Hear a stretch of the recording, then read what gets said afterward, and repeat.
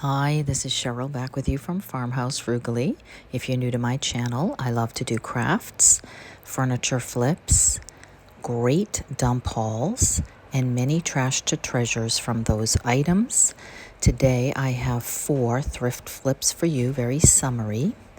The first one is from this bunch of baskets that I picked up at a local auction, 15 baskets for $15.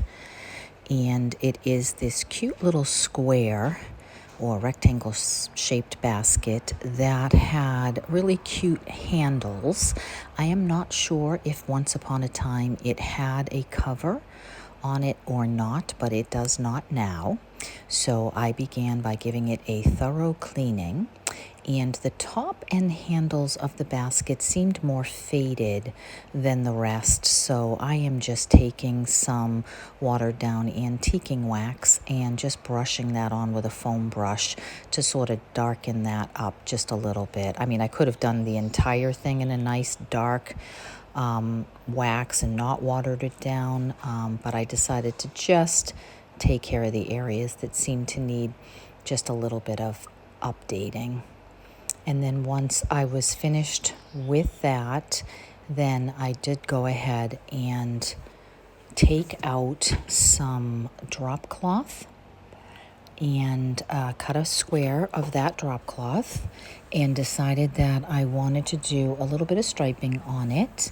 So just use some tape, taped off a couple of areas, and then took this paint that I had picked up. It's a sample paint for $5 you can get at Behr, and I just really like the color of that teal.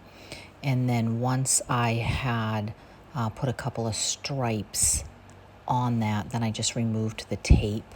I like the jagged edges when I have drop cloth, so I don't mind just kind of taking that tape right off. Now I'm going to cover over the first one so that I can go ahead and put down a second stripe. I decided not to do typical grain sack striping this time. I decided to just simply do 2 thin stripes on either side of this piece of fabric. And I had kind of pre-measured the fabric to the size that I wanted to fit. And then once I pulled that off, I pulled out my IOD. Is this an IOD one? Yes, I believe it is. The IOD Farm Yard or Farm Animals stamp and some letters. Now, the little letters that I have may not be IOD. I can't remember the name of these little stamps, but I'm just using some black ink and spelled out the word wool, and then put that down the side, and then using the IOD sheep, I'm just doing a part of it, the face and up to the one front leg there, and then just using that on the other side of the word wool and pressing that down. And I like the way that the stamps work on fabric. And you can heat set that if you're going to do something with it, but since I'm putting it on a basket, I didn't have to worry about it. Now I'm a spinner, so I had some rovings, and I had some wool that I had spun into yarn years ago that was really quite a bit of a mess, so I needed to take out this tool, which is called a Niddy Noddy. And to go ahead and wind, you kind of go back and forth like I'm doing that here to get the yarn onto the Niddy Noddy. And then once you have that fully wound until you reach the end, now you can knot it together and do one big skein, but I had 2 separate ones, so I decided to keep that. And then I cut a little piece off of the end of it, and then I'm taking the little pin out of the Niddy Noddy, which shrinks the top down about 1 inch and gives you room to pull the yarn off of the Niddy Noddy without it coming, becoming a mess. So once you have that in your hand, then you hold both ends of it and you twist with your fingers. One twist one way and one twist the other way, nice and tight. And then you grab the 2 loops together. And then here I am just taking that little piece of yarn that I cut off, tying the 2 holes so that that will not come unraveled again. And then once I tie that off, I just like to clean it up a bit, just twist it together to make it look like a little skein of yarn. So I did that with 2 and put that with the rovings. That's the carded wool that's not yet spun. And then I just took that with a little hot glue gun, that piece of fabric that I had stamped and painted on, and I happen to have 2 green knitting needles. I thought those matched well, and just put that together.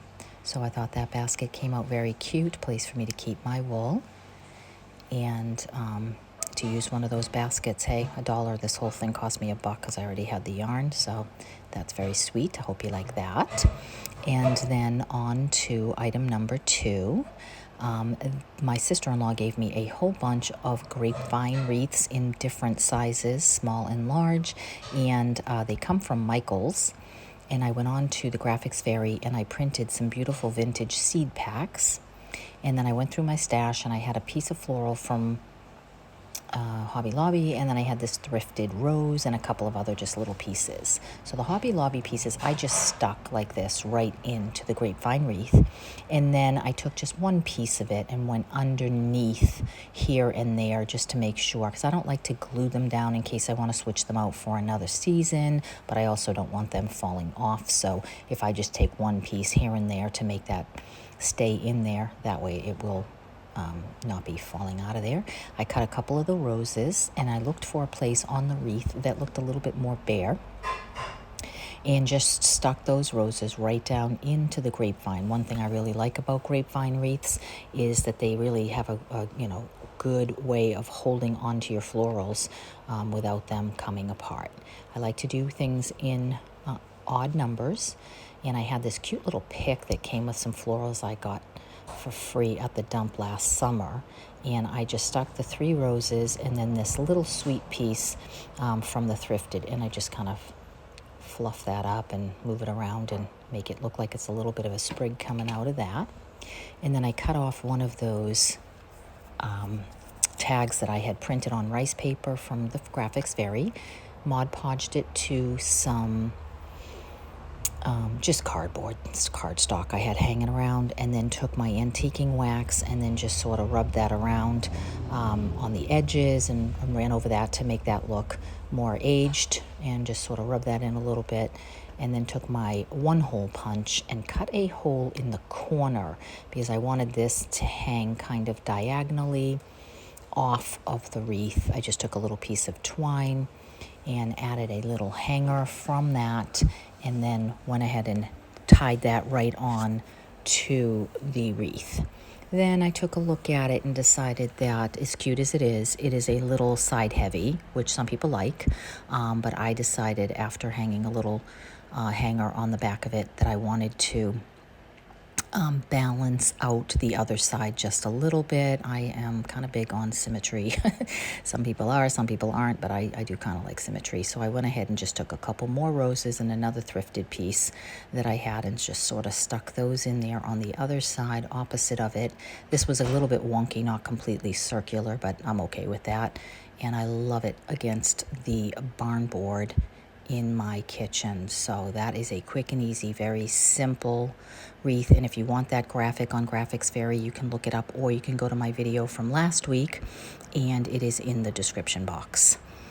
Now, once I finished this, I went on to item number 3, and that is a bunny that I had out in my garden. I got last year or a couple years ago, and it had lost some of its paint. I don't think technically it was meant for outdoors. It was a couple of dollars on sale at, I believe, Home Goods or TJ Maxx. I don't know. I only paid a couple bucks for him. So I took him out. I sprayed him with a Rust-Oleum gray primer paint for interior and exterior, and then just took the end of my paintbrush and just took just a dot of each into his eyes. I don't like the fact that he didn't have any eyes. So I started with that, and then I took the white while I had it out and decided to give him a little bit of a cotton tail. And then after I had a little bit of white here and there, I wanted to use that little stenciling brush because it has like a nice rough texture, and just kind of flick the paint all over him, giving him a little bit of texture, and added a little bit down his front, and then just went around over and over and over with the white paint that I had out. And then I also took out some creamy colored paint and did the same thing, just kind of covering him, flinging that here and there. Then I took out a pinky peach color, and I am completely out of frame here, but all I am doing is giving him a little pink nose, and inside of his ears I am adding a little bit of that pinky color to him, just like the dimension of it all. And I didn't want him to be just completely gray. I could certainly have made him look like stone, but I already have a piece in my garden that's made like that. And then I took a little bit more white and fixed up his ears, took him outside and sprayed him with the 2x matte clear spray. You can see he's a little bit shiny here, but he will dry matte.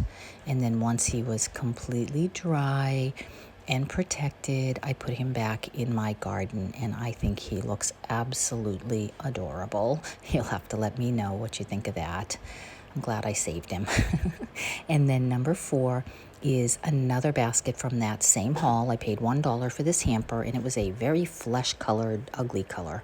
So I started by just taking a spray enamel in white and spraying the entire basket inside and out, as well as the lid that was unattached.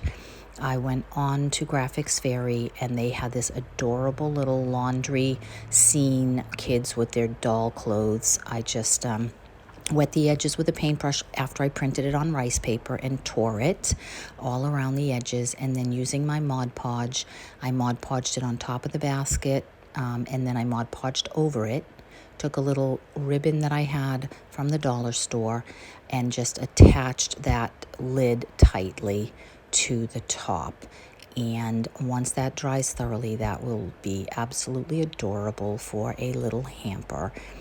And that is all I was able to accomplish because of the new baby in the house. But it is well worth it. So here is a quick shot of a blue heron that I saw on my walk this week, and I thought you would enjoy. If you would give me a comment and let me know which is your favorite, I would appreciate it. And if you would share this, I would really appreciate it. I am almost at 1,200 subscribers, and I will see you in the next one. Thanks for stopping by. Take care.